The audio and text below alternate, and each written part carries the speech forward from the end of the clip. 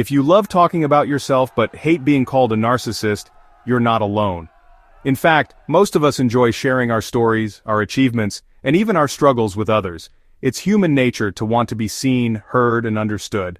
But sometimes the line between healthy self-expression and narcissism can get a little blurry. Maybe you've wondered, am I just confident or is there something more going on? Don't worry. Asking that question doesn't make you a narcissist. In fact, it's a sign of self-awareness, which is the opposite of narcissism. Let's find out what's really going on. Narcissism is a word that gets thrown around a lot these days, especially on social media, but what does it actually mean? Is it just about being self-obsessed, or is there more to it? The truth is, narcissism exists on a spectrum. On one end, you have healthy self-esteem, feeling good about yourself, setting boundaries, and taking pride in your accomplishments. On the other end, you have full-blown narcissistic personality disorder, which is much more rare and serious. Most people fall somewhere in between. Here's the deal. Narcissism isn't always obvious. It's not just about taking endless selfies or bragging 24/7. Sure, we all know the stereotype. The person who can't stop talking about themselves, who dominates every conversation, who always needs to be the center of attention. But narcissism can show up in much subtler ways too. Sometimes it's about how we react when we don't get the attention we crave, or how we secretly compare ourselves to others.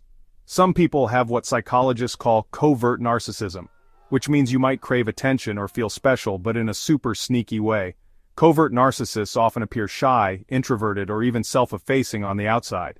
But underneath, they might be nursing fantasies of greatness, or feeling resentful when others don't recognize their unique qualities. They might not brag out loud, but they still want to be admired and validated. This kind of narcissism can be harder to spot, both in ourselves and in others. Think low-key fishing for compliments, getting upset when you're not noticed, or secretly believing you're better than others, even if you never say it out loud. Maybe you find yourself feeling jealous when a friend gets praise, or you quietly judge others for not measuring up to your standards. Or perhaps you feel hurt when your efforts go unrecognized, even if you don't express it. These are all subtle signs that narcissistic tendencies might be at play, even if you don't fit the classic "look at me" mold. The tricky part, most unaware narcissists don't realize they're doing it. It's easy to spot narcissism in others, but much harder to see it in ourselves. Our brains are wired to protect our self-image, so we might rationalize our behavior or blame others for our feelings. We might think, I'm just confident, or I deserve more recognition. But true self-reflection means being honest about our motives and how our actions affect those around us. So if you're brave enough to ask yourself, could this be me? You're already ahead of the game. Most people never stop to question their own behavior